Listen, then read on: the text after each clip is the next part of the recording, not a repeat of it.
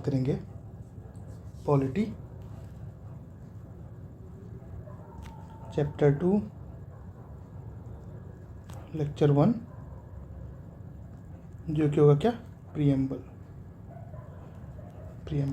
हम लोग क्या करते हैं, हम लोग संविधान के पहले वर्ड संविधान जैसे ही खोलते हैं ना, उस टाइम पे हमें क्या देखने को मिलता है, प्रीएम्बल। प्रीएम्बल में क्या लिखा है, preamble, we the people of India having solemnly resolved to constitute India into a sovereign, socialist, secular, democratic republic and to secure to all its citizens। Justice में क्या क्या लिखा है, social, economic and political justice, liberty of thought, expression, believe, faith and worship. Equality में क्या लिखा है, equality of status and of opportunity and to promote among them all. Fraternity में क्या लिखा है, assuring the dignity of the individual and the unity and integrity of the nations. ये हमारे कहाँ लिखा हुआ है, ये हमारे लिखा हुआ है प्रीएम्बल में। ठीक है, इसी से रिलेटेड, इसी से डिटेल हम सारी चीज़ें आज पढ़ेंगे। In our constituent assembly this 26th day of November 1949 do hereby adopt, intact and give to ourselves this constitution। Means कब दिया गया था, ये कब अडॉप्ट किया गया था, नवंबर 1949 में। प्रीएम्बल में क्या है, अब प्रीएम्बल कहता क्या है, प्रीएम्बल क्या कहता है, the preamble refers to the preface of the constitution. Preamble किसको रेफर्स करता है, कॉन्स्टिट्यूशन का प्रीफेस। मीन्स जैसे ये कॉन्स्टिट्यूशन हम खोलेंगे तो सबसे पहले क्या देखने को मिलेगा, हमें प्रीएम्बल देखने को मिलेगा। It outlines the objective and scope of the constitution. ये प्रीएम्बल क्या आउटलाइन करता है कि क्या ऑब्जेक्टिव होगा कॉन्स्टिट्यूशन का, क्या स्कोप होगा कॉन्स्टिट्यूशन का। मीन्स संविधान का क्या ऑब्जेक्टिव होगा, संविधान में क्या ऐसा लिखा होगा, या संविधान का क्या स्कोप होगा। The term preamble is borrowed from the US constitution. अब ये जो टर्म प्रीएम्बल है, कौन सा टर्म प्रीएम्बल, ये कहाँ से बोरो किया गया है, ये बोरो किया गया है यूएस कॉन्स्टिट्यूशन से। मीन्स यूएस का जो संविधान है वहाँ से ये प्रीएम्बल टर्म बोरो किया गया है, लिया गया है। It was crafted to address India's specific needs and aspiration.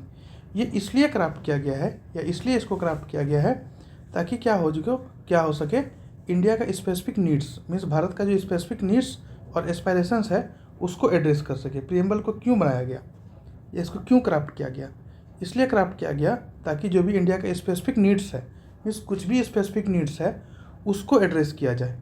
There is no fixed format for writing a preamble. Means preamble को लिखने का कोई फिक्स्ड फॉर्मेट नहीं। अब मान लीजिए कोई बुक हमने लिखा, उसके पहले हमें क्या करते हैं, एक प्रीफेस टाइप का कुछ देते हैं कि हाँ इस बुक में क्या है, इस बुक का स्कोप क्या है, इस बुक में थॉट क्या है, इस बुक किस चीज़ से रिलेटेड है, इस बुक में क्या क्या चीज़ें दी हुई है। तो वही चीज़ें हमें क्या बताता है, प्रीएम्बल बताता है। भारत का संविधान का प्रीएम्बल यही चीज़ें बताता है कि क्या इसमें स्कोप है या क्या ऑब्जेक्टिव है। ठीक है, ये है। और उसका क्या है, प्रीएम्बल का कोई फॉर्मेट नहीं है कि हाँ कोई स्पेसिफिक फॉर्मेट है लिखने का कि हाँ हमें इस तरीके से लिखना पड़ेगा। प्रीएम्बल का क्या है, कोई स्पेसिफिक फॉर्मेट नहीं है। ठीक है, अब देखते हैं हम लोग हिस्ट्री ऑफ प्रीएम्बल की प्रीएम्बल का क्या हिस्ट्री रहा है। The preamble is derived from the objective resolution presented by Jawaharlal Nehru. Preamble को कहाँ से डिराइव किया गया था, the preamble is derived from the objective resolution presented by Jawaharlal Nehru. Means Jawaharlal Nehru ने जो ऑब्जेक्टिव, उनका कुछ ऑब्जेक्टिव रिजोल्यूशन था। जवाहरलाल नेहरू का क्या था, कुछ ऑब्जेक्टिव रिजोल्यूशन था। क्या ऑब्जेक्टिव रिजोल्यूशन था, और वहीं से प्रीएम्बल को डिराइव किया गया है। उसी ऑब्जेक्टिव रिजोल्यूशन को लेकर के प्रीएम्बल को डिराइव किया गया है। Its purpose was to fulfil the socio economic goals of the nation. Means Jawaharlal Nehru का क्या रिजोल्यूशन था, वो क्या चाहते थे, उनका पर्पस ये था जो सोशियो इकोनॉमिक्स गोल्स है, मीन्स सोशल और इकोनॉमिक गोल, ये दोनों को क्या कर सके, नेशन के दोनों को फुलफिल कर सके। सोशियो इकोनॉमिक गोल दोनों को फुलफिल कर सके। Initially it described India as a sovereign, republic and independent. पहले क्या ये दर्शाता था, sovereign, independent and republic. Sovereign, independent और क्या, रिपब्लिक।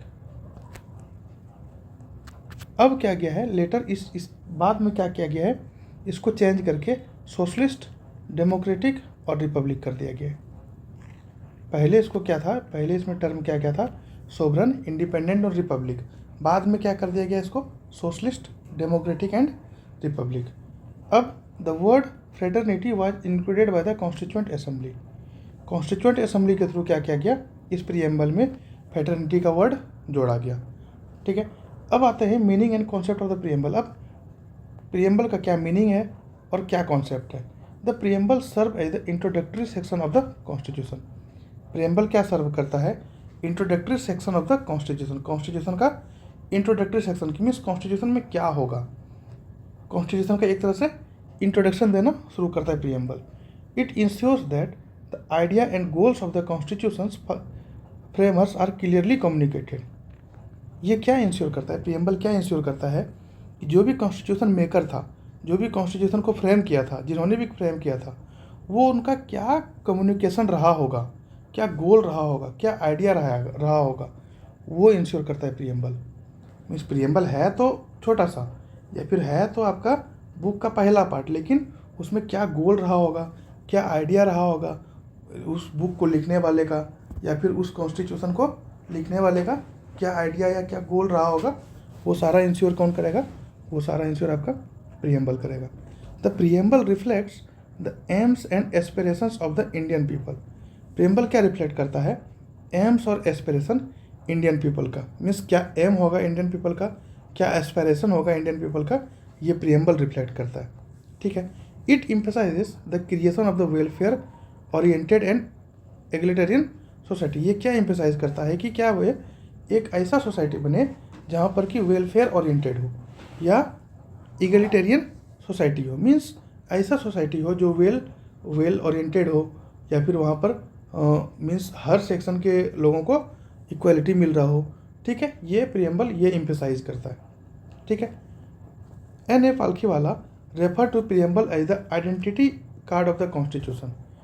N.A. पालखीवाला ये क्या रेफर करता है प्रीएम्बल को कि ये क्या है, कॉन्स्टिट्यूशन का आइडेंटिटी कार्ड है। जैसे हमें कॉलेज में अगर एंट्री करना होता है या स्कूल में जाना होता है तो वहाँ पर एक आइडेंटिटी कार्ड मिलता है, ताकि उससे क्या पता चलता है कि आप इसी कॉलेज के बच्चे हो या इसी स्कूल के बच्चे हो। उसी तरीके से क्या है कि प्रीएम्बल क्या है, प्रीएम्बल एक आइडेंटिटी कार्ड ऑफ कॉन्स्टिट्यूशन की तरह बिहेव करता है, highlighting that it encapsulates the essence, philosophy and objective of the constitution. क्या इनकैप्सुलेट करता है और क्या हाईलाइट करता है प्रीएम्बल कि क्या इसेंस होगा, क्या फिलॉसफी होगा कॉन्स्टिट्यूशन का, क्या ऑब्जेक्टिव होगा कॉन्स्टिट्यूशन का, ये कौन दिखाता है, ये प्रीएम्बल दिखाता है। The preamble act as a guiding principles for interpreting and implementing the provision of the constitution. Preamble कैसे एक्ट करता है, एक guiding principles for interpreting and implementing the provision of the constitution. Means constitution का कोई भी provision हो, कोई भी इम्प्लीमेंटेशन हो, वो एक गाइडिंग प्रिंसिपल की तरह एक्ट करता है प्रीएम्बल।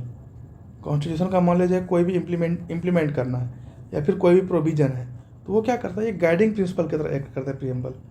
अब देखते हैं हम लोग कि क्या ये प्रीएम्बल कॉन्स्टिट्यूशन का पार्ट है। बेरुबारी यूनियन केस 1960 के आधार पर देखेंगे तो सुप्रीम कोर्ट ने क्या कहा था कि प्रीएम्बल क्या है, पार्ट नहीं है कॉन्स्टिट्यूशन का। It was considered a guiding principal और इंट्रोडक्शन। 1960 के बेरुबारी के यूनियन केस के बारे में अगर डिस्कस करेंगे, ये सारा केस हम लोग आगे चल के डिस्कस करेंगे डिटेल में, लेकिन बेरुबारी यूनियन केस 1960 के अनुसार क्या है कि प्रीएम्बल कॉन्स्टिट्यूशन का पार्ट नहीं है। इसको क्या कंसिडर किया गया था प्रीएम्बल को, ये गाइडिंग प्रिंसिपल है और इंट्रोडक्शन है, with no substantive power to confer or withhold right. जिसके पास की कोई राइट नहीं है या फिर कोई इंपॉर्टेंट पावर नहीं है ताकि वो क्या कर सके, किसी भी राइट को विथहोल्ड कर सके। ये बेरुबारी यूनियन केस 1960 की बात हो रही है। लेकिन जैसे ही केशवानंद भारती केस 1973 में आया, उस टाइम में क्या हुआ, अपने सेंटेंस को सुप्रीम कोर्ट ने अपने सेंटेंस को क्या किया, ओवर रूल किया, और supreme court declared that the preamble is a part of the constitution. Supreme court ने 1960 में क्या किया था, 1960 में क्या किया था, प्रीएम्बल पार्ट नहीं था कॉन्स्टिट्यूशन का, ये सुप्रीम कोर्ट ने कहा था। लेकिन जैसे ही केशवानंद भारती केस आया, ये सारी केस हम लोग क्या करेंगे, डिटेल में पढ़ेंगे आगे। जैसे केशवानंद भारती केस आया, उसमें 1973 में क्या बोला, उसने सुप्रीम कोर्ट ने खुद क्या किया, अपना जो स्टेटमेंट था उसको ओवर रूल किया और क्या डिक्लेयर किया कि प्रीएम्बल क्या है, कॉन्स्टिट्यूशन का पार्ट है। It was recognised as an integral part of the constitution. इसको क्या रिकॉग्नाइज किया जाए, क्योंकि ये कॉन्स्टिट्यूशन का इंटीग्रल पार्ट है। मान लिया जाए प्रियम्बल क्या है, प्रियम्बल कॉन्स्टिट्यूशन के अंदर ही है ना, ऐसा थोड़ी है कि कहीं बाहर से लिखा गया है। प्रियम्बल जैसे ही हम लोग पहला बुक का कवर, कॉन्स्टिट्यूशन का कवर हटाएंगे तो सबसे पहले क्या आएगा, प्रियम्बल आएगा, उसके बाद चैप्टर आएगा। तो मीन्स क्या है, ये प्रियम्बल इसी का पार्ट है, कॉन्स्टिट्यूशन का ही पार्ट है, इसलिए हम क्या कर सकते हैं, इसको अलग नहीं कर सकते हैं। That reflects is basic structure and philosophy, जो कि प्रियम्बल क्या करता है, प्रियम्बल यही रिफ्लेक्ट करता है किसका, कॉन्स्टिट्यूशन का क्या बेसिक स्ट्रक्चर है, कॉन्स्टिट्यूशन का क्या फिलॉसफी है। ये केशवानंद भारती केस के बाद प्रियम्बल क्या हो गया, कॉन्स्टिट्यूशन का पार्ट हो गया। उसके बाद L I C of India case, LIC का केस हुआ 1995 में। इसमें क्या हुआ, the court retended that the preamble is a part of constitution. इस केस में भी क्या हुआ, कोर्ट ने क्या माना कि प्रियम्बल क्या है, कॉन्स्टिट्यूशन का पार्ट है। It emphasise that the preamble has significance because it embodies the ideals and objective of the constitution. Means क्या है, इन्होंने क्या एम्फेसाइज किया कि प्रियम्बल क्या है, preamble has significance because it embodies ideals and objective of the, means ये क्या है, ये क्या कहना चाह रहा है, ये कहना चाह रहा है LIC केस ऑफ इंडिया क्या कहना चाह रहा है 1995 में, कि प्रियम्बल क्या है, प्रियम्बल भी क्या है, पार्ट है इंडियन कॉन्स्टिट्यूशन का। क्यों, क्योंकि ये क्या करता है, ये क्या करता है, ये बुक के अंदर ही आता है। मीन्स ये बुक के अंदर ही इम्बॉडीज होता है, ये बाहर कहीं इम्बॉडीज नहीं होता। इंक्लूडिंग सर्टेन फंडामेंटल राइट्स, इसमें बहुत सारे फंडामेंटल राइट्स है, but it can not be directly enforced in a court of justice in India. Means क्या है, प्रियम्बल पार्ट तो है कॉन्स्टिट्यूशन का, लेकिन ये directly court of justice of India में ये इन्फोर्स नहीं हो सकता। हाँ, ये इन्फोर्स कैसे होगा, मान लिया जाए अब हम किसी जैसे जस्टिस के बारे में पढ़ते हैं, जस्टिस लिखा हुआ तो है प्रियम्बल में, लेकिन इसका एक फंडामेंटल राइट में डिटेल डिस्क्रिप्शन दिया हुआ है। तो अगर हमें जस्टिस के बारे में बात करना है, या कोर्ट ऑफ इंडिया अगर supreme court of India justice के बारे में बात करेगा, तो वो रेफरेंस किसका देगा, प्रियम्बल का रेफरेंस नहीं देकर के वो कहाँ देगा, वो डिटेल जो डिस्क्रिप्शन लिखा हुआ है उसके बारे में देगा। ये मीन्स कहने का मतलब यही है कि डायरेक्टली इन्फोर्स नहीं हो रहा, ये पार्ट है कॉन्स्टिट्यूशन का, लेकिन डायरेक्टली इन्फोर्स होने के लिए क्या करना पड़ेगा, इसका जो चैप्टर में दिया हुआ है, इसके आगे जो चैप्टर में दिया हुआ है, तो उस आधार के, उसके बेसिस के आधार पे क्या करेगा, जस्टिस मिलेगा लोगों को। Thus the preamble today is accepted as the vital part of the constitution. इसलिए प्रियम्बल आज क्या है, किस तरीके से एक्सेप्टेड किया गया है कि ये कॉन्स्टिट्यूशन का वाइटल पार्ट है, मीन्स एक इंपॉर्टेंट पार्ट है, playing a key role in understanding its purpose and guiding and interpretation of its provision. ये क्या अंडरस्टैंड करता है, vital part of the constitution, playing a key role in understanding its purpose. Means ये क्या की role play करता है कि ताकि इसका पर्पस क्या है, कॉन्स्टिट्यूशन का पर्पस क्या है, ये गाइडिंग और इंटरप्रिटेशन ऑफ द प्रोविजन, ये क्या करता है, गाइड भी करता है और प्रोविजन को इंटरप्रेट भी करता है। ठीक है, कहने का मतलब यही है। अब देखिए, अगर इसमें कहने का मतलब यही है कि अगर हमने कुछ भी चीज़ें पढ़नी है, मान लिया जाए सोशल साइंस में कुछ भी चीज़ें पढ़ी, तो हम प्रियम्बल से या फिर कोई इंट्रोडक्टरी चीज़ें से या फिर कोई मीन्स क्या बोलते हैं, प्रीफेस से लेकर के थोड़ी पढ़ेंगे। अब प्रीफेस में अगर जस्टिस दिया हुआ है, जस्टिस में अगर डिटेल पढ़नी है तो हमें जस्टिस वाले चैप्टर पे जाने पड़ेंगे, है ना। जब जस्टिस वाले चैप्टर पे जाएंगे तभी हम वहाँ पर डिटेल पढ़ सकेंगे। तो इसीलिए LIC केस ऑफ इंडिया क्या कहता है, LIC केस ऑफ इंडिया 1995 के अनुसार क्या कहता है, प्रियम्बल पार्ट तो है, प्रियम्बल क्या है, पार्ट तो है आपका इंडियन कॉन्स्टिट्यूशन का, लेकिन क्या है, हम उसके आधार पे क्या कर सकते हैं, जस्टिस नहीं दे सकते। सुप्रीम कोर्ट क्या कर सकता है, इस प्रियम्बल के आधार पे जस्टिस नहीं दे सकता। उसके लिए क्या करना पड़ेगा, अगर जस्टिस देनी होगी तो वो डिटेल डिस्क्रिप्शन में जाएगा, जो कि चैप्टर के अंदर दिया हुआ है उसके अंदर जा कर के वो फैसला दे सकता है। ठीक है, उसके बाद फिर क्या क्वेश्चन उठ गया कि प्रियम्बल क्या है, इन्फोर्सेबल है, प्रियम्बल को क्या कर सकते हैं, इन्फोर्स कर सकते हैं। Despite being a guiding light to the parliament, preamble can not be enforceable, preamble को हम इन्फोर्स नहीं कर सकते। Nor it provide any power to the government, क्योंकि ये गवर्नमेंट को कोई पावर नहीं देता। पावर गवर्नमेंट को कहाँ से मिलता है, पावर गवर्नमेंट को मिलता है आपको, प्रियम्बल एक इंट्रोडक्टरी पार्ट है, मीन्स प्रियम्बल आइडेंटिटी कार्ड है। आप कॉलेज जाएंगे, स्कूल जाएंगे, तभी उसके बारे में डिटेल पता चलेगा। मीन्स कहने का मतलब है कि प्रियम्बल क्या कर सकता है, इन्फोर्स नहीं कर सकता, इन्फोर्सेबल नहीं है, क्योंकि ये क्या करता है, ये पावर नहीं था। पावर गवर्नमेंट को कहाँ से मिलता है, गवर्नमेंट को पावर मिलता है आपको जो डिटेल चीज़ें दी हुई है, अंदर चल करके बुक के अंदर जा करके जो डिटेल चीज़ें दी हुई है, उसी से क्या मिलता है, इसको पावर मिलता है गवर्नमेंट को। ठीक है, प्रियम्बल को हम क्या कर सकते हैं, इन्फोर्स नहीं कर सकते। AK गोपालन केस 1950 के अनुसार क्या है, the court held that preamble is a guiding light to the parliament. Preamble क्या है? गाइडिंग लाइट है पार्लियामेंट का, because it is merely the philosophy of the constitution. क्यों गाइडिंग लाइट है पार्लियामेंट का? क्योंकि ये कॉन्स्टिट्यूशन का फिलोसफी को बताता है।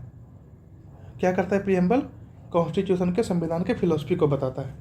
अब आते हैं हम लोग, can preamble be amended? Preamble को क्या कर सकते हैं? अमेंड कर सकते हैं। The preamble can be amended means इसमें क्या होगा? इसमें आंसर यस होगा, और इसमें आंसर प्रियम्बल को हम लोग क्या कर सकते हैं? इन्फोर्स नहीं कर सकते, लेकिन प्रियम्बल को अमेंड में सुधार करना। प्रियम्बल को हम क्या कर सकते हैं? सुधार कर सकते हैं। कैसे? In fact the 42nd amendment act 1976 inserted the words secular, socialist and integrity. Means preamble में हमने क्या करा है? 42वां अमेंडमेंट जब हुआ, अमेंडमेंट एक्ट 1976 के अनुसार हमने क्या करा? प्रियम्बल में क्या किया? प्रियम्बल में सेक्युलर, सोशलिस्ट और इंटीग्रिटी वर्ड का अमेंड किया, मीन्स उसमें सुधार किया। इन 2021 वाले केस में a private member bill was introduce to remove the word socialist from the preamble. 2021 में क्या हुआ था कि एक प्राइवेट मेंबर बिल के अनुसार क्या किया गया था कि सोशलिस्ट वर्ड को प्रियम्बल से हटा देने का इंट्रोड्यूस किया गया था, हटा देने के लिए इंट्रोड्यूस किया गया था, लेकिन वो नहीं हटा। ठीक है, इसलिए क्या है? इसलिए प्रियम्बल को हम क्या कर सकते हैं? अमेंड कर सकते हैं। प्रियम्बल क्या कर सकते हैं? अमेंड कर सकते हैं अच्छी तरीके से। अब आते हैं हम लोग प्रियम्बल में जो कीवर्ड लिखा हुआ है, जैसे सोवरन। अब सोवरन क्या है? A sovereign state has the authority to make its own decision without external interference. Means sovereign होने का क्या मतलब है? सोवरन होने का मतलब है कि वो देश, जो भी देश सोवरन है, वो अपना इंटरनल मैटर पे या फिर एक्सटर्नल मैटर पे क्या कर सकता है? अपना ऑथोरिटी खुद से कर सकता है, अपना डिसीजन खुद ले सकता है बिना एक्सटर्नल इंटरफेरेंस की। मीन्स कोई भी बाहर के लोग नहीं बताएंगे कि हमें क्या करना है। Sovereignty refers to the independent authority of the state. Sovereignty ये भी रेफर्स करता है कि स्टेट के पास क्या है? इंडिपेंडेंट ऑथोरिटी है, उनको क्या करना है। इसी तरीके से सोवरेनिटी है टू एस्पेक्ट। सोवरेनिटी के पास दो एस्पेक्ट है। क्या क्या? एक्सटर्नल सोवरेनिटी और दूसरा इंटरनल सोवरेनिटी।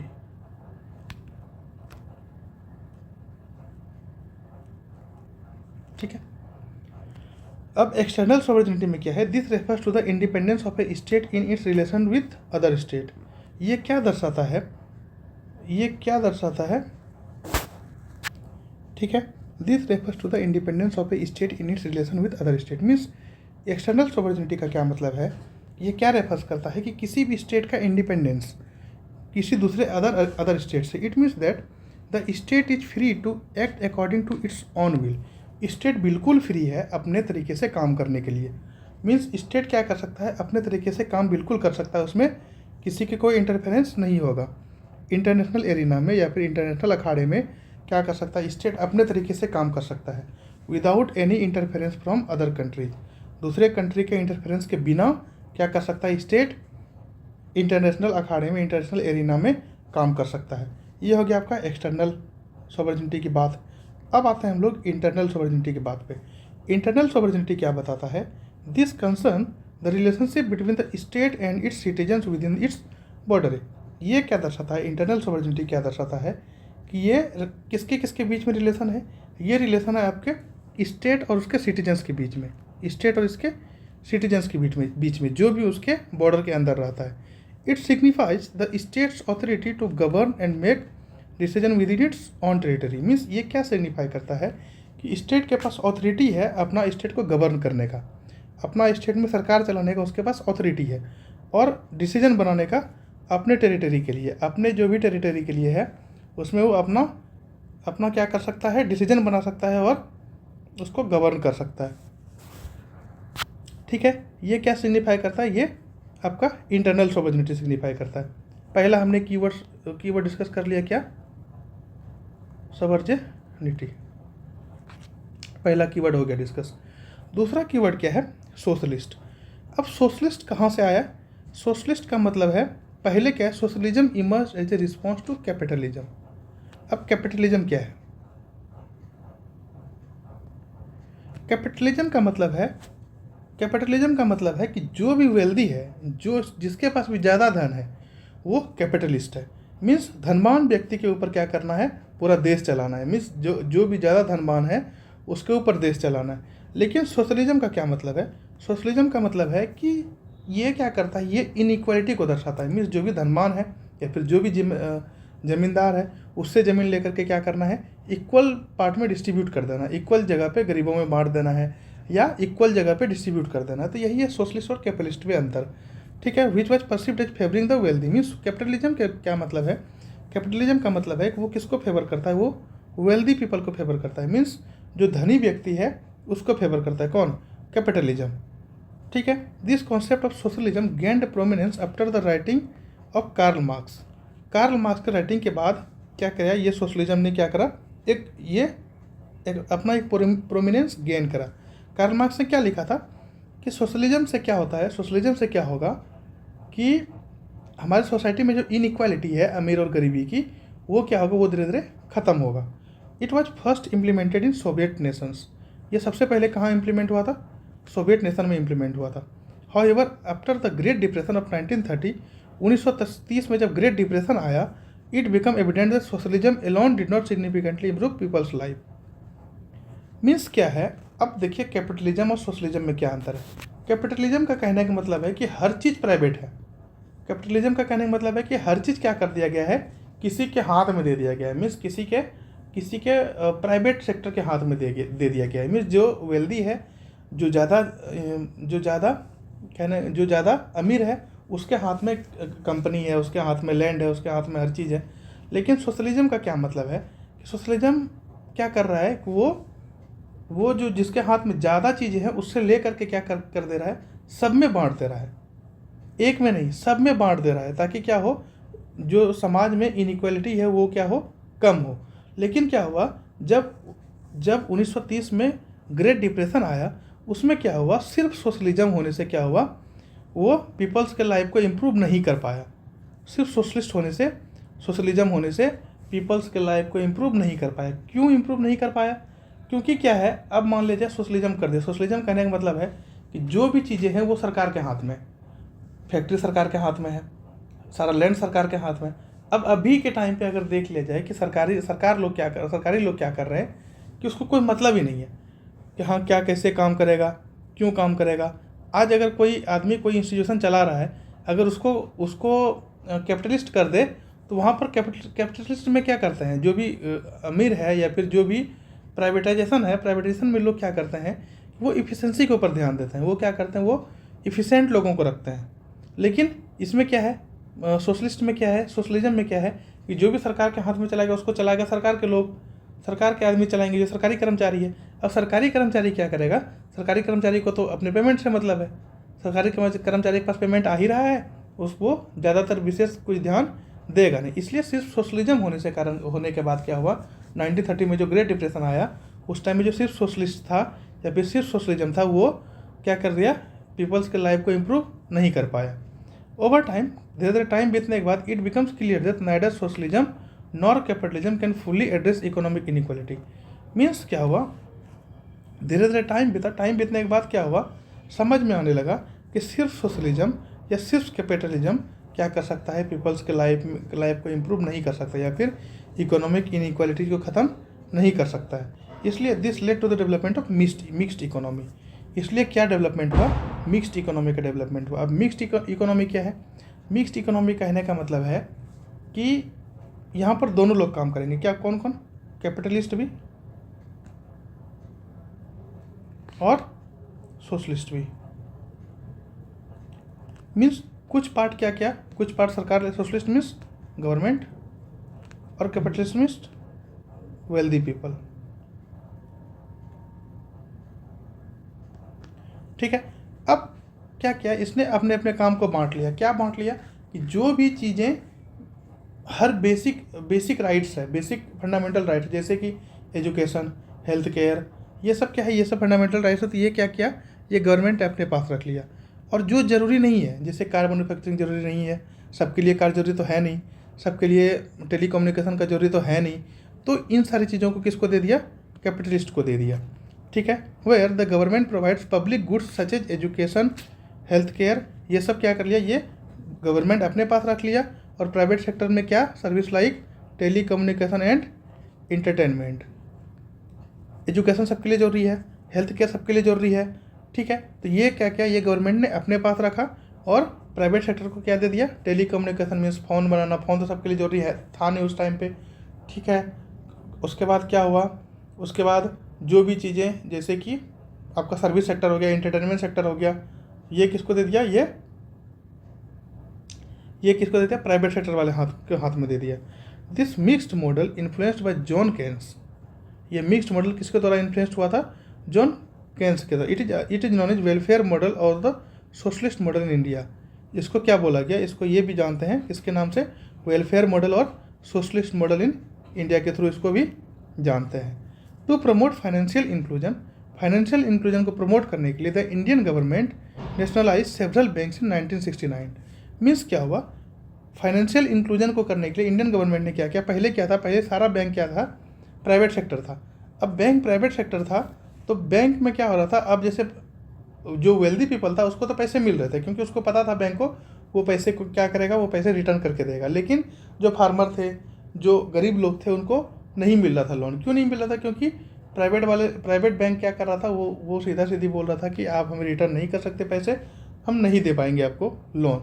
तो इसीलिए क्या हुआ, बहुत सारे बैंक को 1969 में क्या कर दिया, नेशनलाइज कर दिया। मीन्स उसको क्या कर दिया, प्राइवेट से हटा करके गवर्नमेंट अपने पास रख लिया, ताकि क्या हो सके, to provide loans to vulnerable section of the society. में समाज के जो भी ज़रूरतमंद लोग हैं उसको लोन मिल सके। अब देखते हैं मीनिंग ऑफ सोशलिज्म। सोशलिज्म का क्या मीनिंग है। Socialism refers to a system where the state owns and control resources and means of production. Socialism कहने का मतलब है कि जहाँ पर एक सिस्टम मीन्स बोल रहे हैं एक गवर्नमेंट क्या कर रहा है, उस स्टेट के गवर्नमेंट क्या कर रहा है या उस स्टेट के सिस्टम क्या कर रहा है, ऑन्स कर रहा है, मीन्स अपना हक जमा रहा है और रिसोर्स को कंट्रोल कर रहा है और कितना क्या प्रोडक्शन हो रहा है उसको भी देख रहा है। यही मीनिंग है सोशलिज्म का। मीन्स सोशलिज्म क्या रेफर्स करता है कि ये सारा चीज़, कितना मीनिंग हुआ, कितना प्रोडक्शन हुआ, कैसे रिसोर्स का यूज करेंगे, ये सारा चीज़ कौन देखेगा, यह सारा चीज़ गवर्नमेंट देखेगा। लेकिन कैपिटलिस्ट में ये नहीं था, प्राइवेटाइजेशन में ये नहीं था। प्राइवेटाइजेशन में क्या करेंगे, वो प्राइवेट लोग देखेंगे, ठीक है। It aims to reduce economic inequalities. इसका मेन एम क्या है, सोशलिज्म का क्या मेन एम है, वो क्या करेगा, इकोनॉमिक इनइक्वालिटीज़ को कम करेगा and ensure fair distribution of wealth. और क्या इंश्योर करेगा, वेल्थ का जो है वो फेयर डिस्ट्रीब्यूशन हो, मीन्स एक अच्छे तरीके से डिस्ट्रीब्यूशन हो, अलग अलग तरीके से डिस्ट्रीब्यूशन हो। अंडर सोशलिज्म के अंदर resources are allocated based on an individual's work and labour contribution. Socialism के अंदर क्या है, रिसोर्सेस आर एलोकेटेड, रिसोर्स क्या एलोकेट होता है, based on an individual works. Means किसके ऊपर बेस्ड होता है, इंडिविजुअल वर्क्स और लेबर कंट्रीब्यूशन के ऊपर बेस्ड होता है। सोशलिज्म के अंदर रिसोर्स कैसे एलोकेट किया जाता है कि इंडिविजुअल को कितना काम है और कितना लेबर का कंट्रीब्यूशन है, इसके अंदर क्या करे, इसके अंदर क्या किया जाता है, रिसोर्स को एलोकेट किया जाता है। अब आते हैं हम लोग इंडियन में सोशलिज्म कैसे है या फिर इंडिया में क्या सोशलिज्म है। It is often refer to as Nehruvian socialism. इसको क्या रेफर करते हैं, इंडियन सोशलिज्म को क्या रेफर करते हैं, नेहरूवियन सोशलिज्म, क्योंकि नेहरू के ही ऑब्जेक्टिव से क्या आया है सोशलिज्म, नेहरू के ही ऑब्जेक्टिव से नेहरू के ऑब्जेक्टिव से क्या है, प्रीएम्बल आया है। लेकिन नेहरू जी भी यही चाहते थे कि इंडिया में क्या हो, सोशलिज्म हो, ठीक है। इसलिए इसको क्या बोलते हैं, Nehruvian socialism. It promotes eggetarian and welfarism. ये क्या प्रमोट करता है, वेलफेयरिज्म, मीन्स वेलफेयर सोसाइटी हो, सोसाइटी जो भी हो वो उसमें ज़्यादा इनइक्वालिटीज़ ना हो और सोसाइटी क्या हो, वेलफेयर हो। इंडिया फॉलोज ए मिक्स्ड इकोनॉमी मॉडल। इंडिया क्या फॉलो करता है, मिक्स्ड इकोनॉमी लेवल को फॉलो करता है, combining elements of both socialism and capitalism, ताकि इसमें दोनों मिला हुआ है। कौन कौन, सोशलिज्म भी मिला हुआ है और कैपिटलिज्म भी मिला हुआ है। सोशलिज्म कैसे मिला हुआ है, सोशलिज्म क्या कर रहा है, सोशलिज्म मीन्स सरकार के हाथ में भी कुछ चीज़ें हैं और कुछ चीज़ें प्राइवेट के हाथ में भी। इसलिए क्या है, इसलिए इंडिया क्या है, मिक्स्ड इकोनॉमी मॉडल है, मीन्स सोशलिस्ट भी है और कैपिटलिस्ट भी है, ठीक है। It focuses on social justice and economic equality. ये किसके ऊपर फोकस करता है, ताकि क्या हो, सोसाइटी में, समाज में जस्टिस हो और इकोनॉमिक इक्वालिटी हो, मीन्स पैसे का क्या हो, इक्वल डिस्ट्रीब्यूशन हो। ठीक है। Indian socialism is shaped by ideologies of Jawaharlal Nehru, B R Ambedkar and Indira Gandhi. Indian socialism कहाँ कैसे सेव किया गया, किसके किसके आइडियोलॉजी से सेव किया गया है, या किसके किसके आइडियोलॉजी से बनाया गया है, किसका किसका, पहला हो गया जवाहरलाल नेहरू, दूसरा हो गया बी आर अम्बेडकर और तीसरा इंदिरा गांधी के आइडियोलॉजीज पे बनाया गया है किसका, इंडियन सोशलिज्म। अब देखते हैं evolution of socialism in India. India में सोशलिज्म का कैसे इवोल्यूशन हुआ, या फिर इंडिया में सोशलिज्म कहाँ से आया। ठीक है। इंडिया में सोशलिज्म अवधि सेशन ऑफ कांग्रेस 1955, कांग्रेस का अवधि सेशन हुआ था 1955। उस टाइम में ये डिसाइड किया गया था, it was decided that India would adapt a democratic socialist approach. अवधि सेशन ऑफ कांग्रेस 1955 में ये डिसाइड हुआ था कि इंडिया क्या करेगा, इंडिया क्या अडॉप्ट करेगा, डेमोक्रेटिक सोशलिस्ट अप्रोच। ये क्या अडॉप्ट करेगा, डेमोक्रेटिक सोशलिस्ट अप्रोच को अडॉप्ट करेगा। कौन, India. India formally embraced socialism to reduce inequality in the country. India formally क्या एम्ब्रेस करता है सोशलिज्म को, ताकि क्या हो सके, इंडिया फॉर्मली एम्ब्रेस करता है सोशलिज्म को, मीन्स इंडिया क्या करता है, सोशलिज्म को प्रमोट करता है ताकि क्या हो सके, इनइक्वालिटी रिड्यूस हो सके देश में। अब सुप्रीम कोर्ट का क्या इंटरप्रिटेशन है सोशलिज्म के ऊपर, क्या है, the supreme court has played a crucial role in defining and reinforcing socialism in India. Supreme court ने क्या एक बहुत इंपॉर्टेंट रोल प्ले किया है ताकि क्या हो सके, सोशलिज्म इंडिया में री इन्फोर्स हो सके। जैसे पहला हो गया बैंक नेशनलाइजेशन केस, बैंक को क्या कर दिया गया, नेशनलाइज कर दिया ताकि क्या हो सके, allowed the nationalisation of bank to promote financial inclusion, ताकि क्या हो सके, फाइनेंशियली जो भी लोग वीक सेक्शन है या फिर जो भी नीडी पीपल है उसको क्या मिल सके, फाइनेंशियल सपोर्ट मिल सके। Ability to privy purposes means supported the government decision to end privileges of the former princely state. Means कहने का मतलब है उस टाइम में क्या डिसाइड किया गया था, उस टाइम में डिसाइड ये किया गया था जो भी प्रिंसली स्टेट है, जो भी इंडिया के साथ मिल रहा है, उसको ईयरली क्या दिया जाएगा, एक तरह का कंपनसेशन दिया जाएगा। लेकिन इंदिरा गांधी का जब सरकार आया उस टाइम इंदिरा गांधी ने क्या बोला कि हम क्यों दें किसी को कंपनसेशन। ठीक है। इसके बाद फिर क्या हुआ, धीरे धीरे वो कंपनसेशन देना बंद हो गया, इसलिए उसमें प्रिविलेजेज ख़त्म हो गया प्रिंसली स्टेट में। ये हो गया आपका दूसरा। तीसरा है एक्सेलवेयर केस। एक्सेलवेयर केस 1978 में क्या हुआ, the court ruled that Indian socialism should not be identical to the western model. Indian socialism वो वेस्टर्न मॉडल के ऊपर नहीं बेस्ड। अब वेस्टर्न मॉडल में जैसे हम लोग रसिया की बात करते हैं, रसिया में क्या है, रसिया में क्या कर दिया, पुतिन सरकार ने क्या किया है, वो है सारे सरकार के हाथ में। रसिया में क्या है, सारे है सरकार के हाथ में, मीन्स सारा वो कैपिटलिस्ट नेशन है। लेकिन क्या किया गया है, जो भी सरकार के नज़दीक के लोग हैं उसको मिल गया है।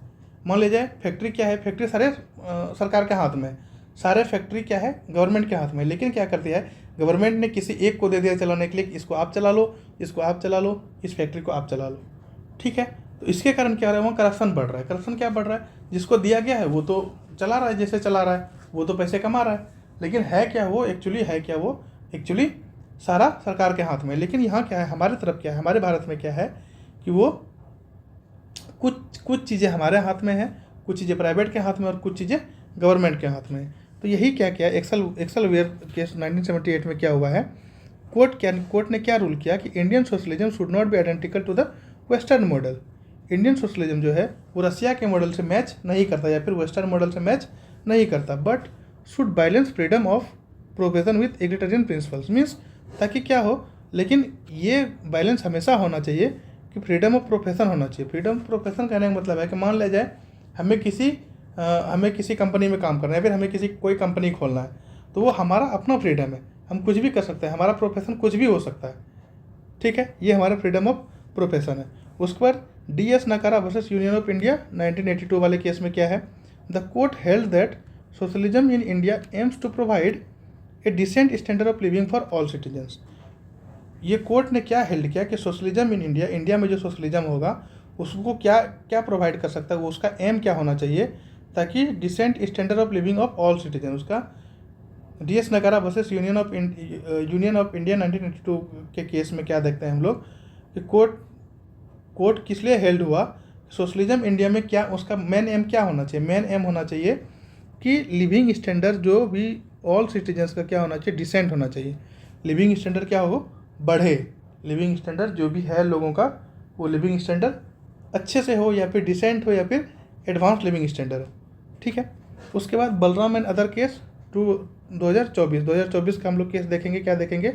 The supreme court reaffirmed that socialism and secularism are part of basic structure of doctrine of the constitution and must remain in the preamble. Supreme court ने रीअफर्म्ड किया कि सोशलिज्म और सेक्युलरिज्म ये बेसिक स्ट्रक्चर है doctrine का। Constitution में जो doctrine है उसका बेसिक स्ट्रक्चर है क्या? सोशलिज्म, ताकि वो क्या हो सके, और वो सोशलिज्म क्या होना चाहिए? प्रीएम्बल में होना ही चाहिए, ठीक है। इसके बाद हम लोग क्या डिस्कस करेंगे? इसके बाद हम लोग डिस्कस करेंगे सेक्युलरिज्म। नेक्स्ट लेक्चर हम लोग क्या डिस्कस करेंगे?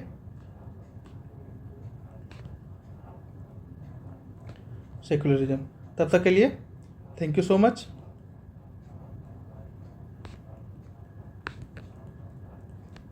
Take care, bye bye. जय हिंद, जय भारत।